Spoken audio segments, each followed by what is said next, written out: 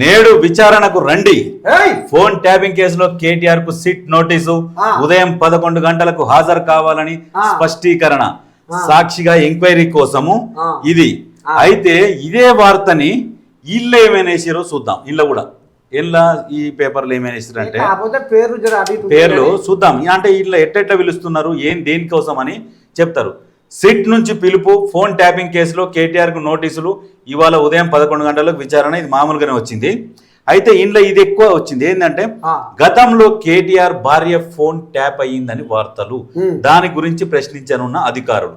ఇంట్లో కీలకమైన హెడ్లైన్ ఏంటంటే గతంలో వీళ్ళు అధికారంలో ఉన్నప్పుడు కేటీఆర్ భార్య ఫోన్ ట్యాప్ అయింది అంటే ఎవరు ట్యాప్ చేయించి ఉంటారు? కేటీఆర్ భార్య ఫోన్ ట్యాప్ చేయించే అంత ధైర్యం ఎవరికి ఉంది? చేసే అంత ధైర్యం ఎవరికి ఉంది? అప్పుడు ఎవరు చెప్తే అవుతుంది అది? ఏమో నాకు అసలైన అనుమానం బట్టి పీక్తా ఉంది లోపల. చెప్పేందో. ఇప్పుడు మొన్న హరీష్ రావు పోయిండు ఏరికి సిట్ విచారణ. మళ్ళీ ఇప్పుడు ఏమంటే రామును పిలుస్తుర్రు అంటే మరి అక్కడ ఏమైనా కథ ప్రశ్నలు ఏమేమి అడిగి ఈయన ఏం చెప్పి అందులో ఏమైనా తారుమారు వ్యవహారం జరిగినా లోపలి వ్యవహారం కావాలి ఇప్పుడు జనాలకు. అయితే లోపల వ్యవహారం కావాలి. హరీష్ రావు ఎటువంటి వ్యక్తి అంటే మామూలు వ్యక్తి కాదు. అంటే తెలుగు కల్లోడా? చాలా తెలుగు కల్లోడు. రాములు కంటే రాములు ఏముందే, రాములు తానా పాపం ఓసారి అమాయకుడు అనిపిస్తుంది. ఏంటంటే ఇప్పుడు తండ్రి దగ్గర బాగా పైసలు ఉండి ఉన్న పొరగాలు ఎడ తిరుగుతారో గట్టినే తిరుగుతాడు. కానీ జర ఎత్తు జిత్తులు ఇవన్నీ తెలివయి కాకపోతే ఏంటంటే ఒక అహంకారము పొగరు అనేది ఉన్నది. ఇంకా ఉన్నది. కుర్చీ పోయినాక ఏముంటది? కుర్చీ పోతే కుర్చీ పుట్టిన కాంచి ఉన్నదా కుర్చీ? అంటే పుట్టుకశీల ఇక అది అట్లా వచ్చినట్టుంది మరి. అది లోపల కథ ఏం జరిగింది? హరీష్ రావు పోయొచ్చిండు సిట్టు విచారణకు. ఏం చెప్పిండు? కీలక ఆధారాలతో అడిగితే ఆయన గజనీ అయిపోయిండు. అప్పుడు ఏంది ఏమో నాకేం తెలుసు, మరి ఏం జరిగిందో నాకు గుర్తుకు లేదు, నాకు యాదికి లేదు, ఏ ముచ్చట చెప్తున్నట. అయితే ఈయన బయటకు వచ్చి మళ్ళీ ఏం చెప్తారంటే అధికారులు విచారణ చేస్తుర్రు, గంట సేపు నిన్ను అడుగుతుర్రు, మళ్ళీ టగటగటగ బయటికి పోతురట, మళ్ళీ మాట్లాడుకొని వస్తురట.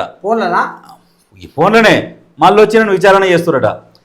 ఇవి నిజమా అబద్ధమా అనేది అధికారులను అడిగితే చెప్తారు. కానీ అధికారులు ఏమో ప్రెస్ ముందుకు రారు, ఇటువంటి విషయాలు చెప్పరు.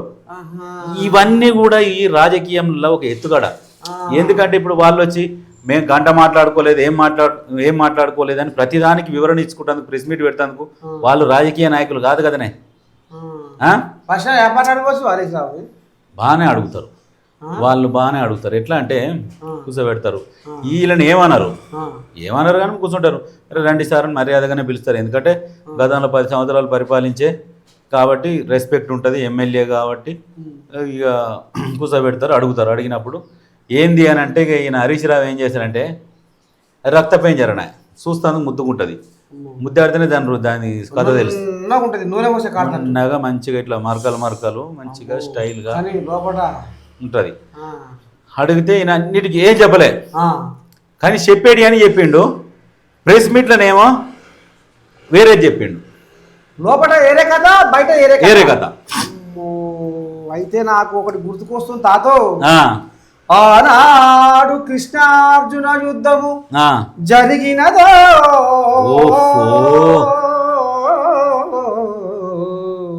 ఈనాడు ఈ కృష్ణార్జునులది రాములకు హరీషుకు యుద్ధము జరుగుతుండొచ్చునా అని జనాలు మరి గుసగుస నడుస్తుందా, నిజంగానే జరుగుతుండొచ్చునా అని ఎదురు చూస్తుందా? అసలు ఏం జరగబోతుంది? రాముది హరీష్ రావుది రాజకీయ భవిష్యత్తు చెప్తున్నా. అయితే ఏం చేసిండంటే ప్రెస్ ముందరికి వచ్చినప్పుడు ఒకటే మాట అన్నాడు, దాన్ని పసిగట్టాలి. ఏమన్నాడు? నేను అప్పుడు హోమ్ మినిస్టర్ని నేను కాదు, నేను ముఖ్యమంత్రిని కాదు, నేను ట్యాప్ చేయించే అధికారాలు నా దగ్గర లేవు అంటే తెలివి కలదే. లోపల చెప్పిండు బయటకు వచ్చి అధికారాలు కావు అని చెప్పిండు. ఏం చెప్పిండు? 10 మందిలో ఓ మాట, ఒంటరిగా ఓ మాట. ఇక మరి మా బాసు మా మామనేనే ముఖ్యమంత్రి, ఇక మరి మా బామ్మాడిదేనే వాళ్ళ తండ్రి కొడుకులేనే వాళ్ళదే నడుస్తుంది. కానీ ఇంట్లో ఆయన మా వాళ్ళ ముఖ్యమంత్రి, ఆయన మున్సిపల్ మంత్రి, ఇక పార్టీల ఆయన అధ్యక్షుడు, ఈయన వర్కింగ్ ప్రెసిడెంట్, అంత వాళ్ళదేనా, వాళ్ళు ఏది చెప్తే అదే నడుస్తుంది, మాది ఏడు నడుస్తుంది అని ఒక దీనంగా సమాధానం చెప్పి వచ్చిండు. లోపడి కథ. బయటకు వచ్చేమో ఇక నేను కాదు, నాకు సంబంధం లేదు అని క్లియర్గా జనాలల్లో మంచి పేరు ఉండాలి కదా.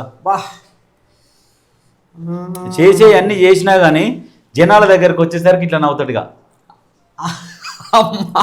నవ్వి కూడా చూపిస్తుందిగా మా మగ ఆయన ఇట్లా నవ్వుకుంటా, మనం ఏం చేయలేదు, నేను హోం మంత్రిని కాదు అప్పుడు, నేను ముఖ్యమంత్రిని కాదు అప్పుడు, వాళ్ళు చేశారు, నేను చెయ్యలేదు, నేను చాలా అమాయకుణ్ణి, అమాయకం ఇరికించాం అనేది ఒకటి ఉంటది కదా సినిమా, లేదో అమాయకం ఇరికించాం అన్నట్టుగా అట్లా యాక్టింగ్ చేస్తాడు అన్నట్టు ప్రెస్ మీట్ ముందల.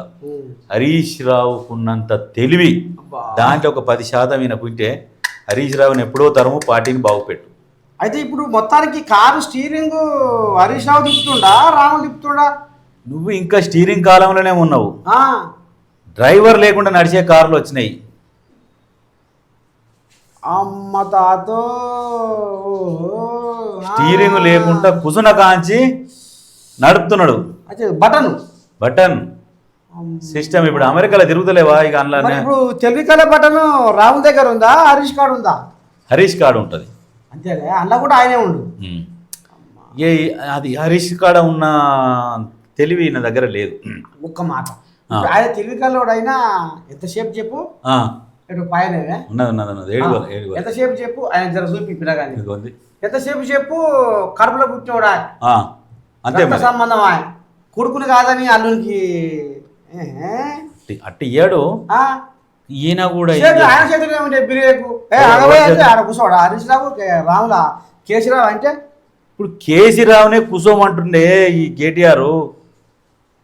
తండ్రి అంటుండా, నువ్వు కూర్చో బిడ్డ బావని అనిపిస్తున్నాడు.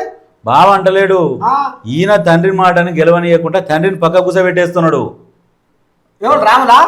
రాములు నిన్న పోయినట్టుగా యాడికి పోతారు. ఏం ఇప్పుడు నీకు ఏం చెప్పినా ఈ ప్రెస్ మీట్ ముందరనేమో ఒక మాట ఉంటుంది, ఇల్లది లోపల ఒకటి ఉంటుంది. జనాలకు తెలవాలంటే ఏం తెలవాలంటే కేసీఆర్ పిలిపించుకుంటూ ఫామ్ హౌస్ కు కేసీఆర్ తో సమావేశం ఏర్పాటు చేసిర్రు, చర్చించినము, నెక్స్ట్ ఏం చేయాలి, తదుపరి అడుగు ఎక్కడ వేయాలి, నెక్స్ట్ ఏంటి అనేది ఇక ఇవన్నీ ప్రెస్ మీట్కి ఇస్తారు. లోపల చేసేది ఏముంటుంది అంటే ఈయన పోయి కేసీఆర్ తో కూర్చొని దీనికి సంబంధించి ఒకప్పుడేమో కేసీఆర్ చెప్పింది అనేది కేసీఆర్ చెప్పినట్టు నడిచేది. ఇప్పుడు కేసీఆర్ మాట అసలు దేక్తలేడు. ఫామ్ హౌస్కి పోతాడు, వీళ్ళు సపరేట్ కూర్చుంటారు. బలం చచ్చితే లెక్క పెడతారా ఇక? పెద్ద మనుషుల మాట అదే జరుగుతుంది. ఇప్పుడు అదే జరిగింది. రేపు 28, 29 ఎలక్షన్లలో కూడా కేసీఆర్ అనే వ్యక్తిని రానియరు రాజకీయాలకి. ఇక అందుకనే ఎక్కడ కూడా మొన్న తొడగొట్టిపోయిండు. ఇప్పటి వరకు ఒక లెక్క, ఇప్పటి నుంచి ఒక లెక్క, ఇక చూసుకుందాం అగా చూసుకుందాం అని చెప్పిండు.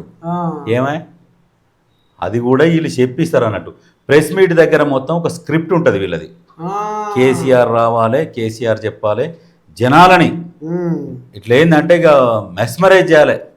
ఏదో కనికట్టు అంటారు చూడు, వచ్చి 4 మాటలు నువ్వు మాట్లాడితే జనాలు నిజం నమ్ముతారు, నువ్వు రా 4-5 చెప్పిపో. అయితే ఇప్పుడు ఈ లెక్కన బట్టి చూస్తే హరీష్ రావు మీదంగా నటిస్తుండు, లోపటంగా రక్త పెంచరోలే మంచిగా మాట వేసి కూర్చుండు, అంతేనా?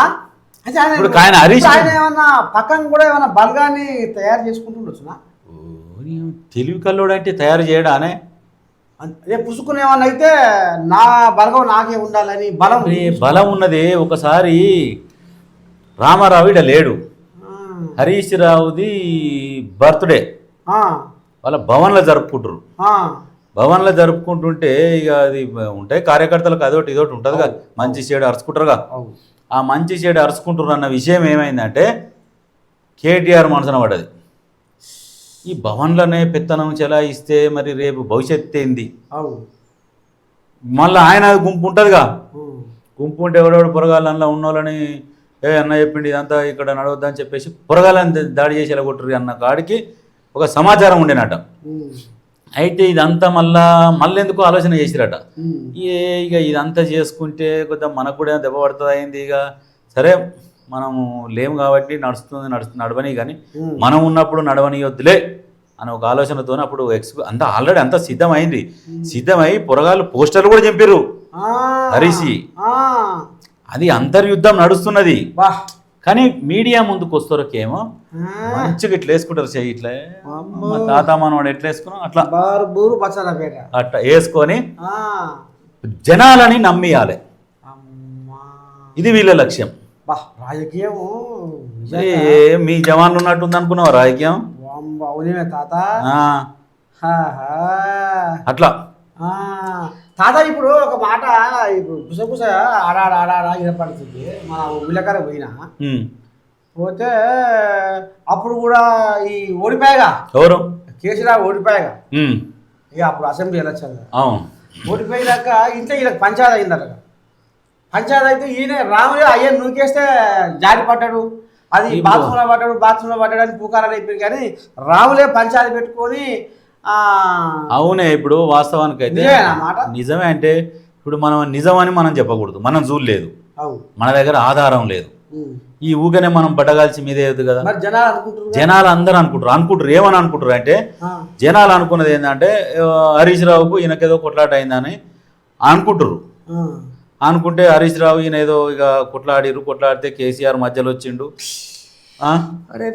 వద్దురా భావన ఏమనకురా, మన పేరు చూసుకొని కుక్క మొరిగేదేనా చెప్పి ఈయనకున్న బలం ఆయనకుంటదా? ఉండదు. మాయా అని ఈయనకు భీమ్ ఉంటది. మా మామ జర పుసుకున్న నోరు జారితే ఏమనుకుంటాడో ఏమో ఆయనకుంటది. అయితే ఈ కోయిలాగా మన పేరు చూసుకొని ఇక జర ఏదో అయినట్టుంది. మరి తోపులాట అయిందా మరి కాలేదా ఏంది తెలియదు. అది జారిపడాడు ఊకనే పెద్ద మనిషి ఎట జారిపడతాడే నిజంగా వాస్తవానికి.